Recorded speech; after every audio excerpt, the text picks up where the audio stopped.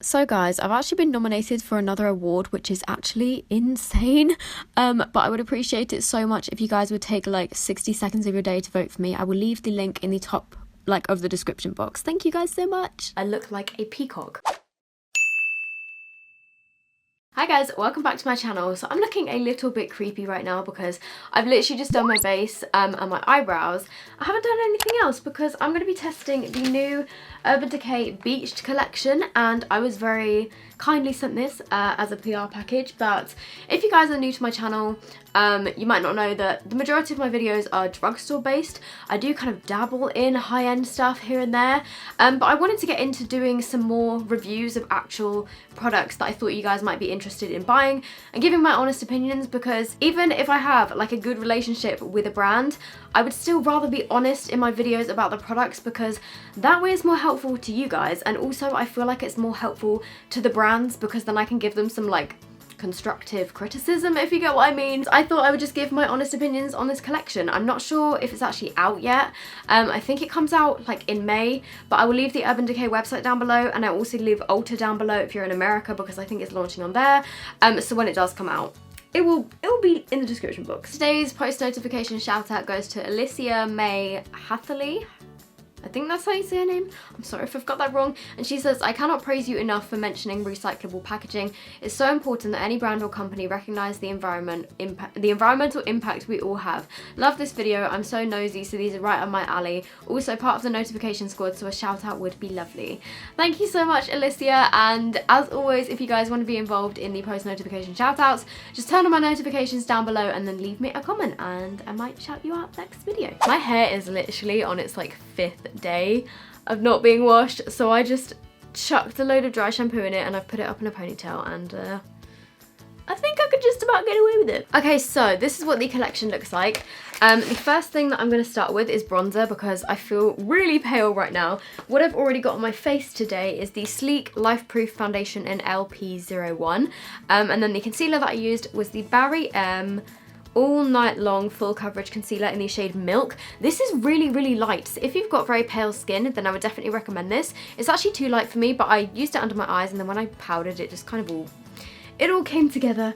I used my Revlon Photo Ready powder, and then on my brows I've got the Obsession brow pomade in taupe. So they have two beached bronzers. I have to say I do really like the packaging of these. It's just got like palm trees on it. I think they look really cute. They have the shade Sun-Kissed, which is this one, and then Bronzed. I've actually tried this already in the shade Bronzed. I think we already have this in the UK, and I'm pretty sure as well it's available in America. So on the packaging again, it's just got the palm trees, and then they do have a pretty nice size mirror inside. This one is called Sun-Kissed and this one is called Bronzed.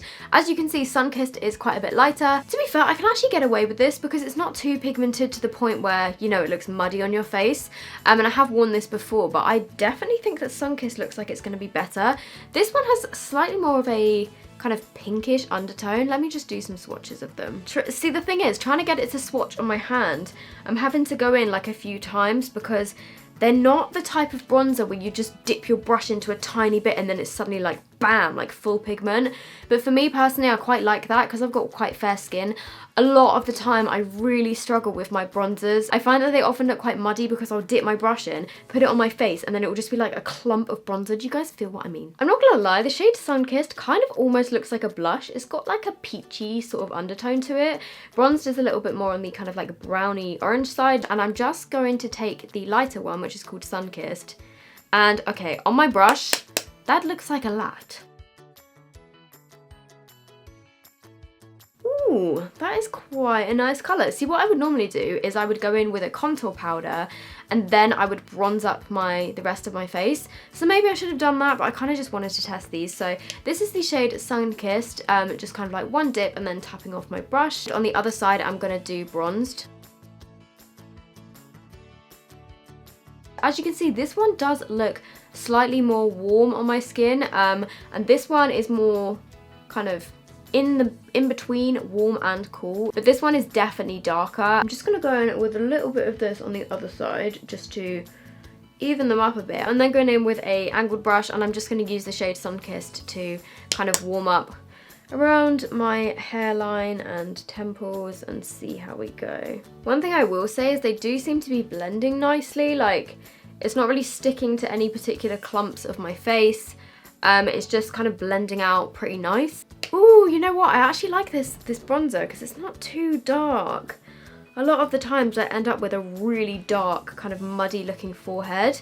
This one is quite warm, but then it doesn't look too dark on my skin. Like, it does just give me that like sun-kissed look. I think that actually looks pretty nice. What do you guys think? I'm just gonna quickly highlight my face, and I thought I'd stick to the theme of Urban Decay. This is actually one of my favorite highlighters. It's the Urban Decay Kristen Leanne collab. It's just a super pretty light champagne golden color that just makes your skin look so pretty. Let's put some on my nose. Cupid's bow. So the packaging looks like this. It is very pretty, and I do appreciate nice packaging. I studied graphic design and I think it's really pretty. So this one opens like this, which is a bit different to the other Urban Decay palettes, which open like sideways, if you get what I mean.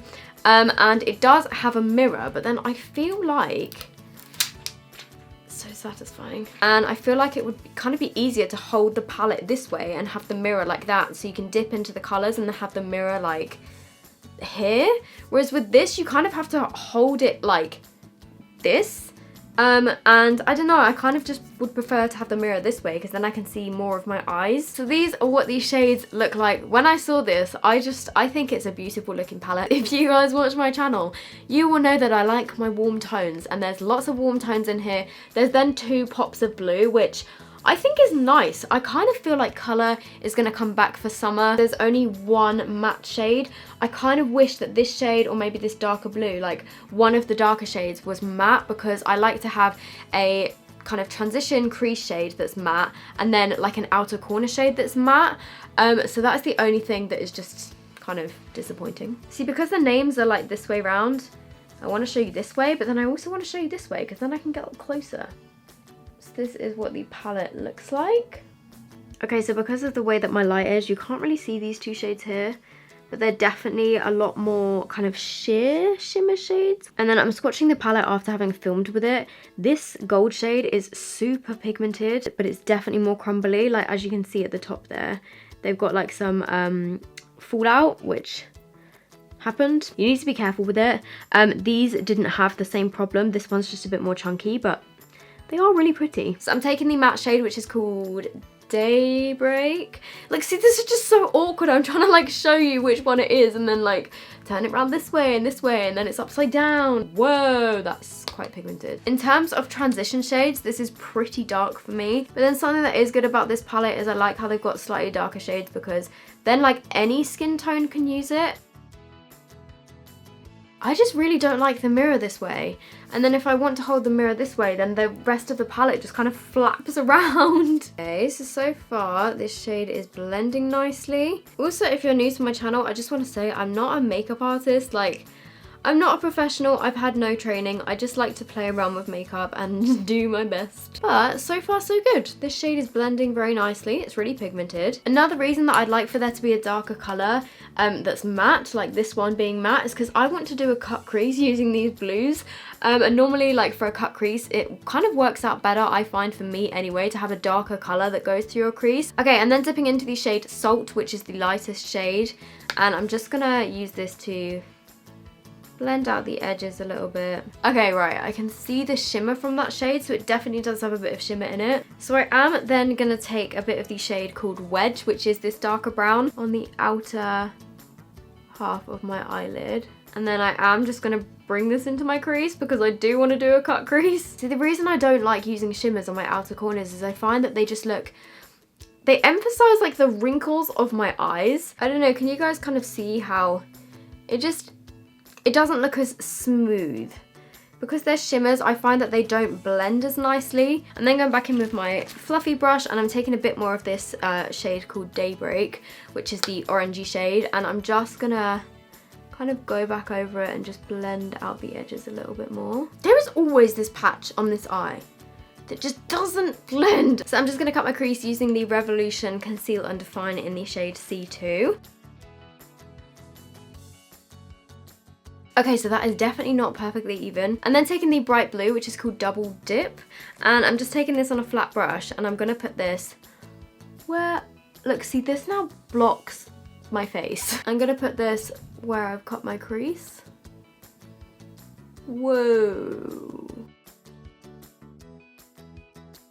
Definitely super pigmented. Like, you guys can see that on my eye. I look like a peacock. It's not as foiled as I thought it was going to be. And then when I go in with the second layer, can you see it gets more like foily? You know what this palette reminds me of? It literally just hit me. This reminds me of like the colour scheme from Moana. Okay, so it's definitely a nice blue colour. Whether or not I would wear it on an everyday basis, that is another question. So I'm then taking the shade Plunge, which is the darker blue. So I'm just going to put that on the outer corners.